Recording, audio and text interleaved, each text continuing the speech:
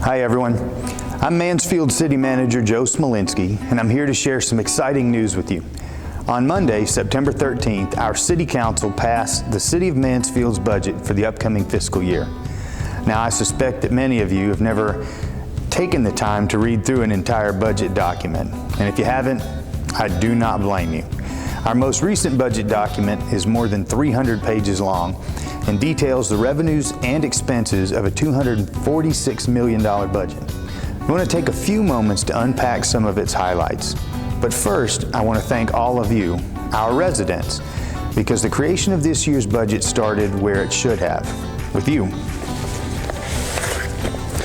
We rigorously studied the feedback you provided us in our 2020 Citizen Satisfaction Survey, so I sincerely thank you for your participation. Now let's get started unpacking the budget. At our citizens and council's request, this year's budget calls for the creation of 2 new programs within the City of Mansfield, a rental inspection program and a health inspection program.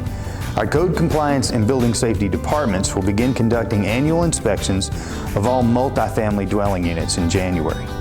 The year 1 goal for this program is to gain access to multifamily structures and ensure that the facilities are being maintained properly.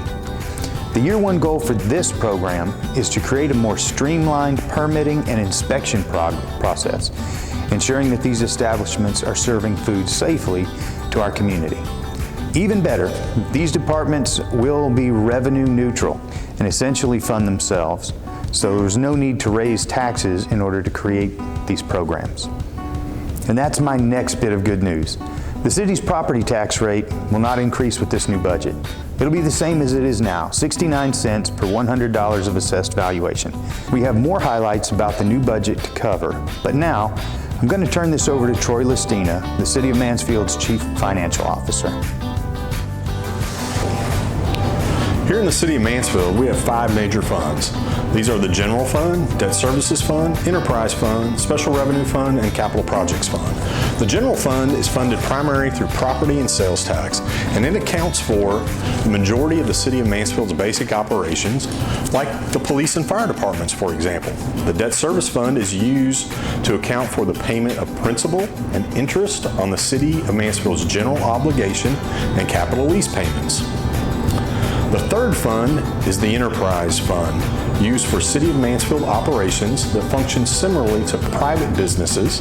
For example, your water bill payments are used to fund for the operation of water service. The Special Revenue Fund accounts for proceeds for specific revenue sources.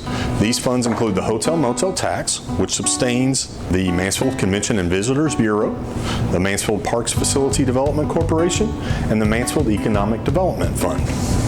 Last is the Capital Projects Fund. The capital project funds include major construction funds, the building construction fund, and the equipment replacement fund. From the general fund list that I first mentioned, we'll be opening 13 new positions.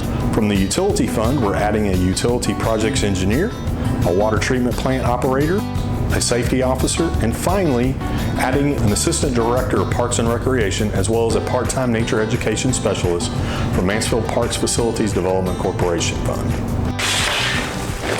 Thanks, Troy. Hi, everyone. I'm Bart Van Amberg. I'm the Director of Public Works here at the City of Mansfield.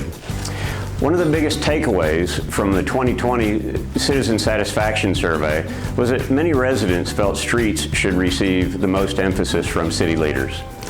The street operations budget is being increased by $1 million this year to help us improve the condition of the streets through maintenance activity.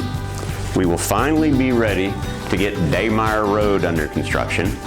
I know many of you have been waiting for that. It's a 4-lane undivided road with enhanced pedestrian facilities and resolving long-standing drainage concerns. Through a Texas Department of Transportation initiative, construction will begin on the frontage roads to US 287 from the railroad to Lone Star Road. We will begin the design effort to reconstruct the eastbound side of Heritage Parkway from Main Street to Commerce, including improvements to the intersection with Main Street. 2022 will be a big year for us. Coming over to you, Rosie. Thanks, Bart. In the 2022 budget, there are many projects we can't wait to fund. First is the historic Downtown Mansfield program. The increased funding will allow for the coordination and enhancement of activities, events, and programs, and pave the way for improvements to the downtown area.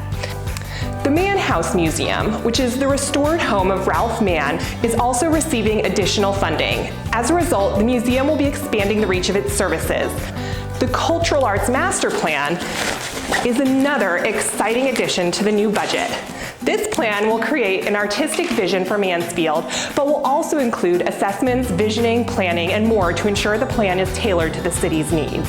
Soon, everyone will see Mansfield as the artistic hub.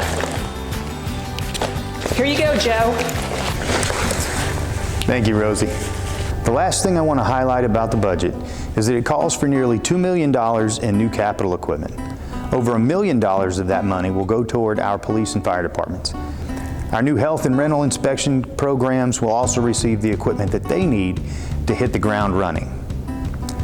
So, I hope the things we went over today give you a better understanding of the significant aspects of our new budget. If you'd like to read the budget in its entirety, and you don't, I encourage you to visit www.mansfieldtexas.gov and navigate to the city's finance page. Thank you for watching, thank you for your time, and thank you for choosing Mansfield.